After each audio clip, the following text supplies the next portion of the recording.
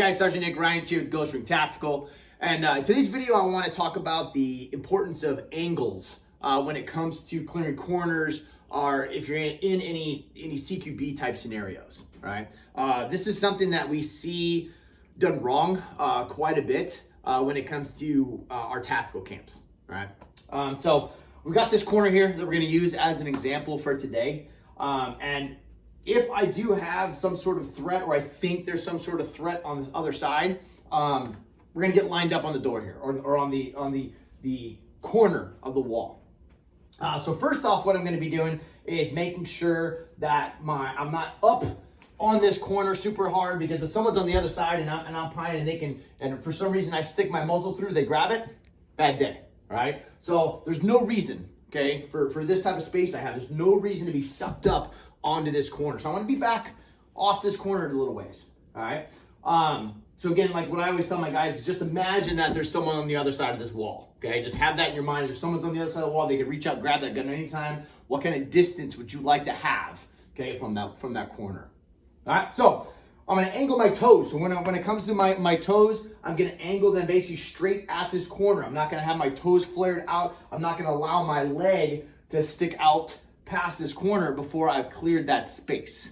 All right, so I've got my toes lined up. I've actually switched to my support side hand, okay, which is gonna allow me less of my body being presented to the bad guy on the other side.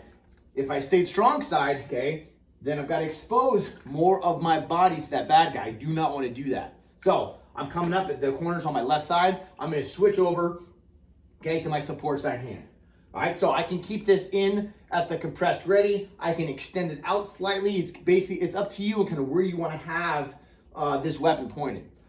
Make sure, okay, when you are doing this, that you keep that finger high, okay, above the trigger guard. We do not want that finger resting against the trigger guard or even on the trigger, okay? Reason for that is startle response, okay? If you come across here, you see a mirror, you see something that startles you, you can squeeze, okay? We don't want that in case, you know, maybe it's your kid that's coming in late or something like that, okay? So keep that finger high, okay, up on the frame of that weapon.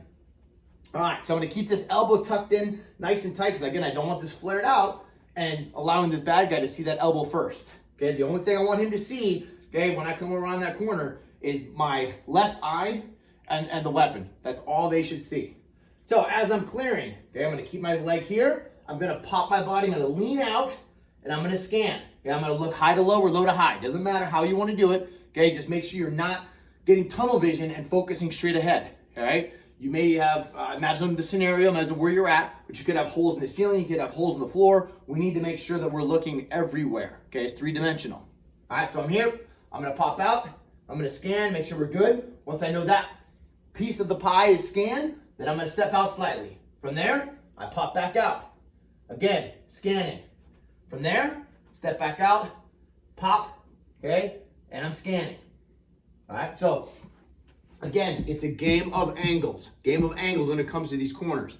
So I'm gonna show you what it's gonna look like from the other side so you can get an idea if you were the aggressor, okay, and what you're going to see, okay, from the other side. And you're gonna see I'm using a SIRT pistol, okay, this is just a laser gun because I will be pointing it at the cameraman.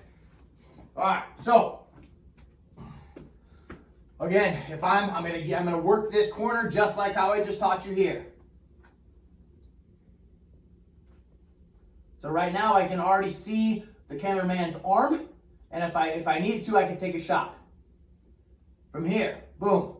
Okay, I got center mass shot on the cameraman, okay, and I can take it. So for you, all you should be able to see is just the side of my head and the muzzle of that weapon pointed at you, giving you very little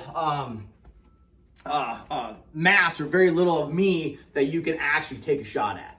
Okay, so next time you're in your house and you're practicing your building clearing, practicing your CQB, think about what we just talked about today and apply what we did in your DEX training.